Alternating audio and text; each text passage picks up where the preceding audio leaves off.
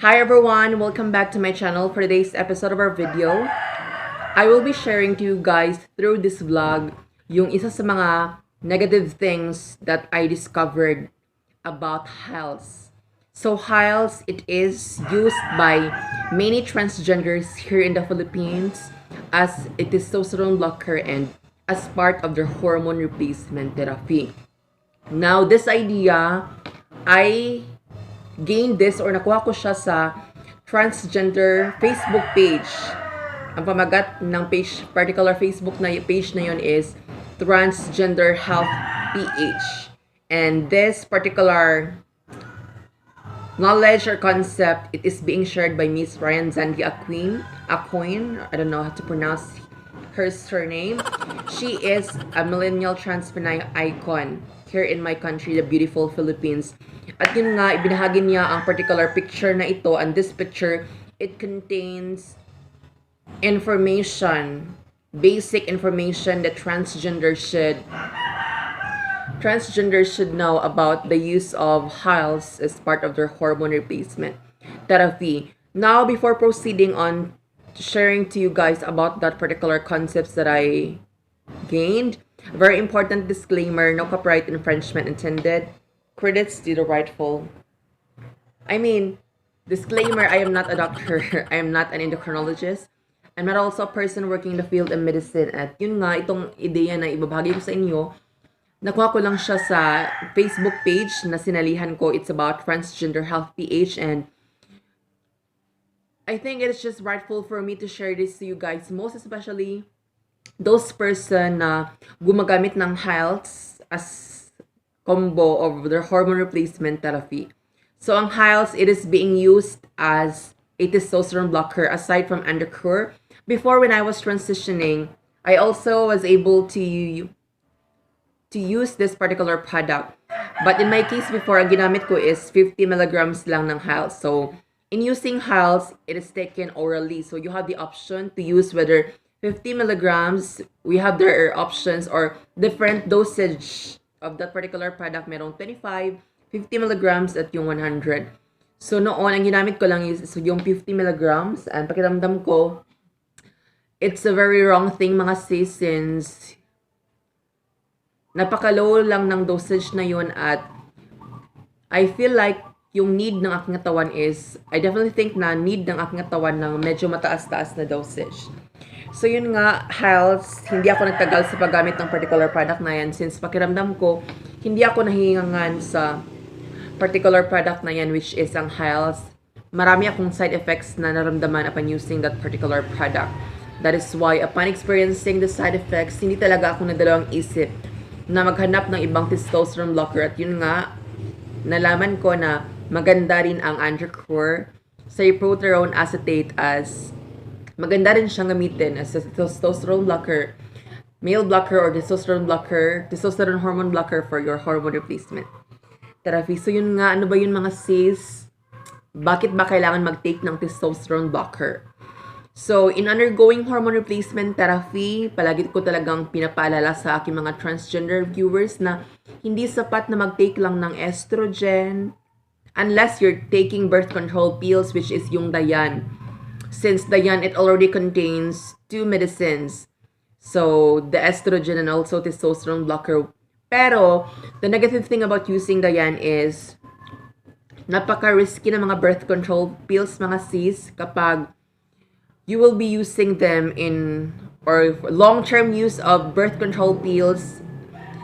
It is not really advisable, most especially ang particular product na Dayan 35, since it is already banned in other countries, since maraming namamatay because of complications such as blood clotting and things like deep vein thrombosis and pulmonary embolism.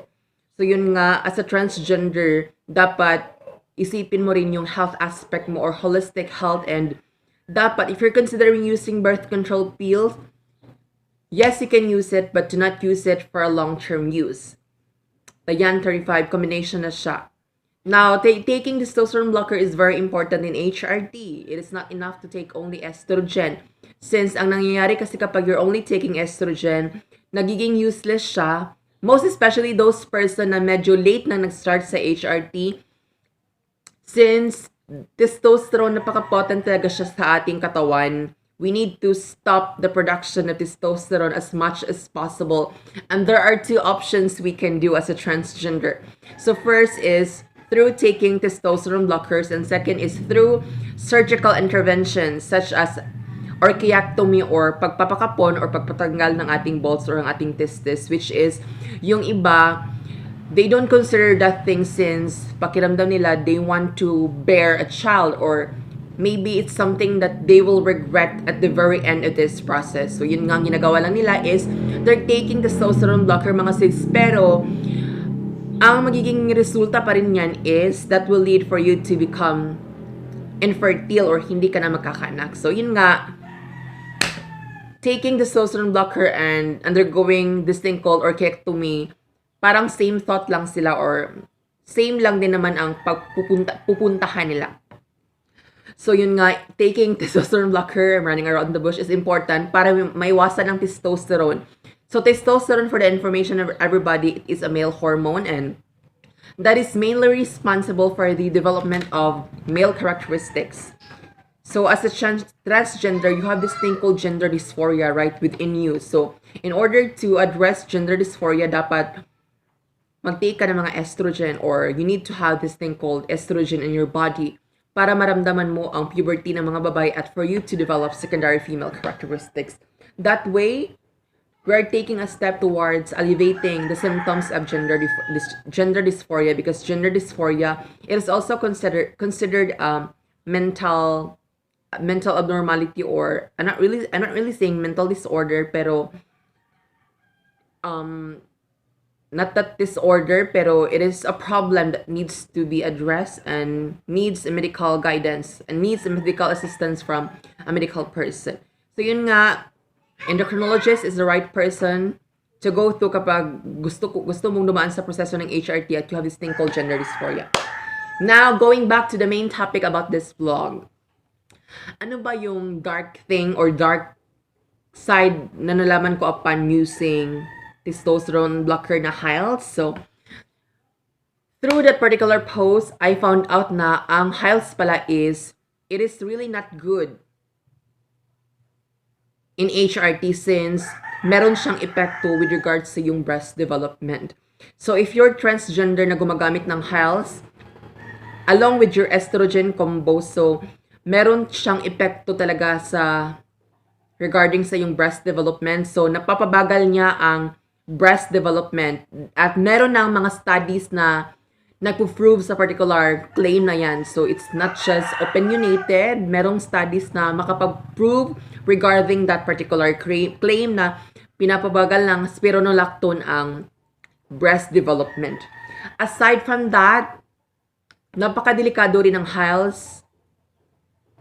Worst case scenario, or in some cases, too much use of this particular product, spironolactone, since it is not designed for HRT. This particular product, it is also called as water diuretic pills or water pills. Ginagamit siya in order to treat hypertension or high blood pressure. Ang ginagawa niyan is kapag tinitake mo ang particular medicine na yan, is pinapalabas niya ang excess fluid sa iyong body. Kaya isa sa mga side effects kapag gumagamit ka ng Hyles is palagi ka talagang naiihi at feeling of dryness. It is one of the common side effects of using Hyles-Spironolactone. So yun nga, too much use of Hyles is known to have this thing called fatal outcome, or delikado siya mga sis since nakakamatay siya. Considering the fact na this can trigger this thing called arrhythmia. Arrhythmia is another term. Arrhythmia is a medical term, pero ang layman's term for arrhythmia is irregular heartbeat. So, it has something to deal with our heart, our cardiovascular system. So, too much use of this particular product, ang Hyles, mari siyang mag-trigger ng arrhythmia or irregular heartbeat, and sometimes it can be potentially fatal or it can cause fatal outcome. And that is based doon sa research or based doon sa studies na ibinahagi ni Miss Ryan Zandiaquin sa Transgender Health PH. So yun nga, if you're someone who is currently using Hyles as testosterone blocker for your hormone replacement therapy, I think it is just rightful for you to watch this video and also to consider consulting an endocrinologist, since yun nga, napakadelikado pala ang Hyles regardless of what product you're using. These medicines, aside from the good effects na naibibigay nila, meron din silang mga side effects na ibinibigay. So, as a wise person, as a wise transgender, you should be considering those side effects also, because we can't really deny the fact that it will cause impact towards our holistic health. So I think yun lang so far. Credits to Miss Ryan Zandiaquin for sharing that on the Transgender Health PH. It is a Facebook page. I think that would be all, guys. I really hope that you learned something out of this video. If you find this video informative, please do not forget to click the like button and also to click the subscribe button as your way of showing support to my channel. Thank you so much for watching. God bless us all and see you on my next upload. Wow, I'm so proud of myself. It's very spontaneous. This vlog, hindi ko siya kinat. Very spontaneous lang siya, mga sis. And for me, it is a clear indications, one of the clear indications that I'm improving a lot and I'm learning from my mistakes, or I'm learning from my own errors. So I think that would be all, guys. Share ko lang. Thank you so much for watching. God bless us all.